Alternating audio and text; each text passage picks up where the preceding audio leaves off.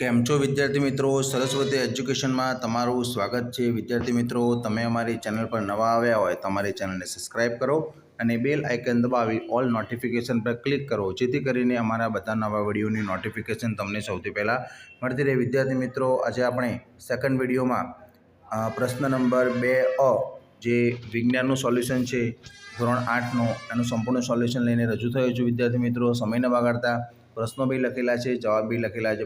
પ્રકરણ 1ની અંદર જોઈએ, હરીફ પાકનો સમયગાળો કયા માસથી કયા માસ સુધીનો? તો જૂનથી સપ્ટેમ્બર તમારે આખો જવાબ લખવાનો છે વિદ્યાર્થી મિત્રો।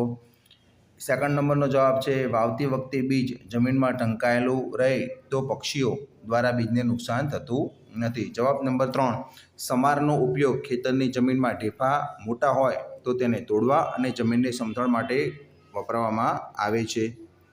એનપીકે ખાતર એટલે શું? તો નાઇટ્રોજન, ફોસ્ફરસ અને પોટેશિયમ જે ખાતરની અંદર હોય એ ખાતરને આપણે એનપીકે ખાતર કહેવામાં આવે છે।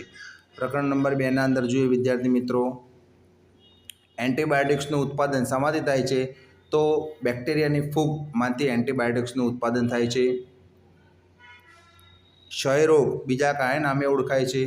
ક્ષયરોગ બીજા ટ્યુબ્યુલોક્લોસિસ, ઇંગ્લિશમાં એને ટીબી કહેવામાં આવે છે। સ્પાયરોગાયરા શું છે? સ્પાયરોગાયરા એક પ્રકારની લીલ છે વિદ્યાર્થી મિત્રો।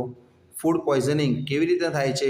તો વિદ્યાર્થી મિત્રો, ફૂડ પોઈઝનિંગ સૂક્ષ્મ જીવો દ્વારા દૂષિત કરવામાં આવેલા ખોરાક લેવાથી થાય છે। એટલે એ ખોરાક આપણે ખાઈએ તો એ ખોરાકથી આપણે ફૂડ પોઈઝનિંગ થતું હોય છે।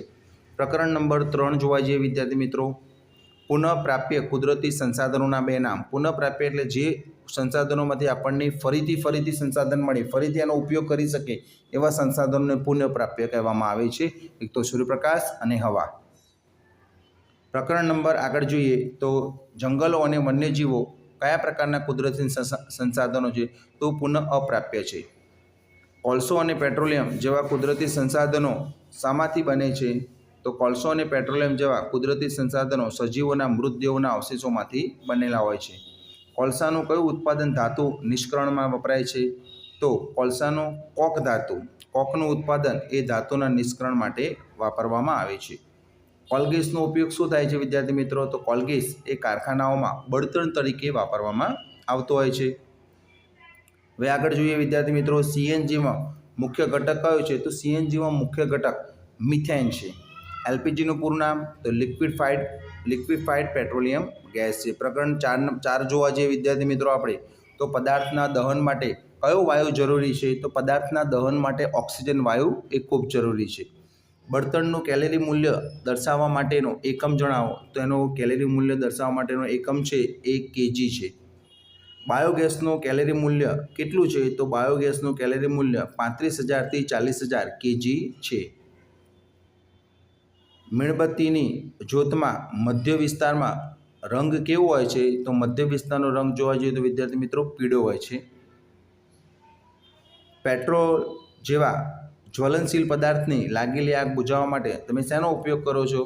તો આગ બુઝાવવા માટે કાર્બન ડાયોક્સાઇડ વાયુનો ઉપયોગ કરવામાં આવે છે। સુરક્ષિત દિવાસળીના માથામાં કયા રસાયણ લગાડેલું હોય છે? તો સુરક્ષિત દિવાસળીના માથામાં એન્ટિમની ટ્રાયસલ્ફાઇડ અને પોટેશિયમ ક્લોરેટનું મિશ્રણ અને થોડો ગુંદર સાથે લગાડવામાં આવે છે, જેથી કરીને ચોંટી જાય। જ્વલનશીલ પદાર્થ કોને કહેવાય? તો જે પદાર્થનું જ્વલન બિંદુ નીચું હોય અને જ્યોત વડે સરળતાથી આગ પકડી લે તે પદાર્થને જ્વલનશીલ પદાર્થ કહે છે। વિદ્યાર્થી મિત્રો, તમને મારો વિડીયો પસંદ આવ્યો હોય તો તમારા મિત્રોને શેર કરજો, જેથી કરીને એમને પણ જવાબો મળી રહે। વન્યજીવ અભયારણ્યમાં શાના પર સંપૂર્ણ પ્રતિબંધ હોય છે? તો તેમના શિકાર અને પકડવા પર સંપૂર્ણ પ્રતિબંધ રાખવામાં આવતો હોય છે। પંચમઢી જીવાવરણ આરક્ષિત વિસ્તારમાં આવેલા 2 વન્ય પ્રાણીઓના અભયારણ્યના નામ લખો? એક તો બોરી અભયારણ્ય અને બીજું છે પંચમઢી અભયારણ્ય। પંચમઢી જીવાવરણ આરક્ષિત વિસ્તારમાં કયા રાજ્યથી ઓળખાય છે? તો એ વિસ્તાર મધ્યપ્રદેશ રાજ્યની ઓળખ છે।